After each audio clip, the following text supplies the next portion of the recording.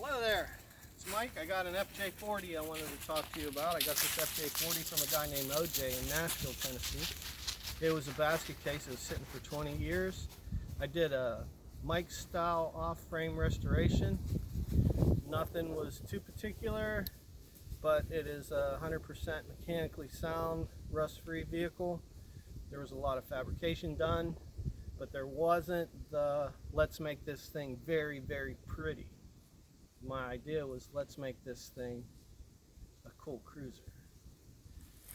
So here we have it. It's a 1979 FJ40 Land Cruiser. You can see that it's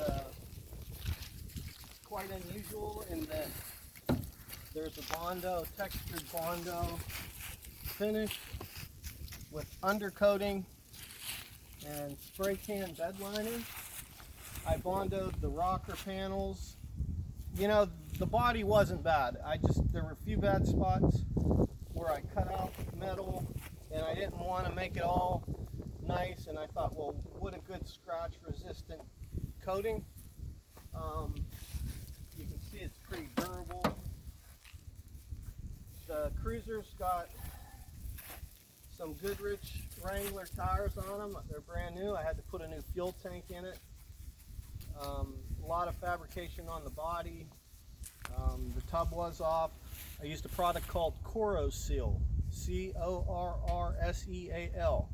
It is a rust converter, way easy to use. You brush it on and it really works, and it is totally non-toxic.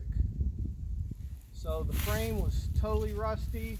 You can get a close-up of the frame under here. You can see that it's dirty, but you can see that let me hold that 1 second. You can see that the frame is really clean now.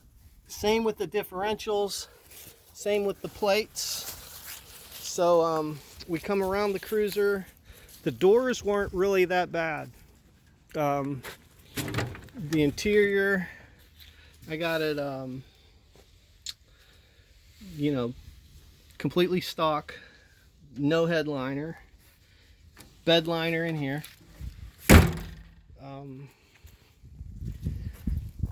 We got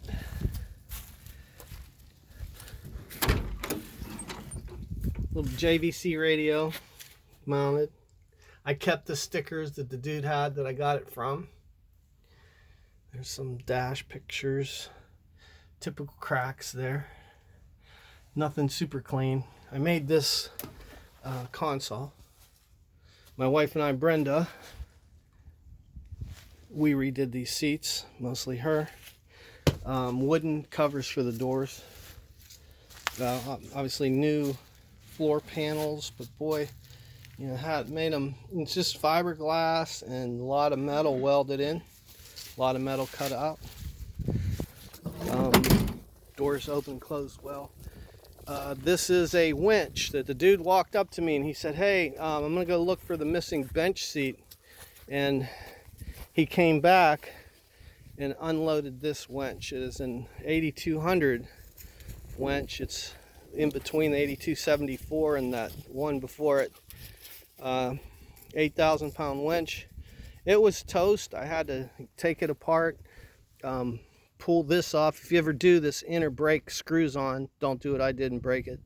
There's a gasket. I had to make a gasket out of a manila folder. Went through the gears. They were all good.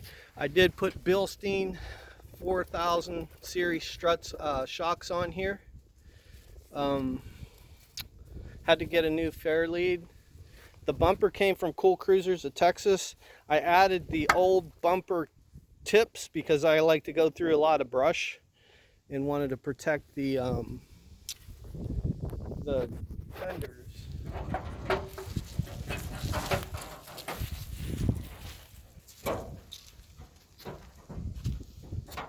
Okay, so underneath the hood we have a marine battery, because it's what I had. It worked well to hook the winch cable up. I have a Weber carb that came with it. There was a rat's nest in it that had to work through and rebuild. sitting, like I said, 20 years. It has a header, it came with it. The guy that had it, he chromed everything, put new connecting rod bearings in and new rings. Yeah, all the other bearings were good and the cylinders were just needed honed, so I didn't have to go over it all. Had the head done by a guy in Manchester, Tennessee. Yeah, he said everything looked really proper in it, and he just ground the valves and had to go through the starter. You can see there's no emissions. It's got the higher amperage alternator on it.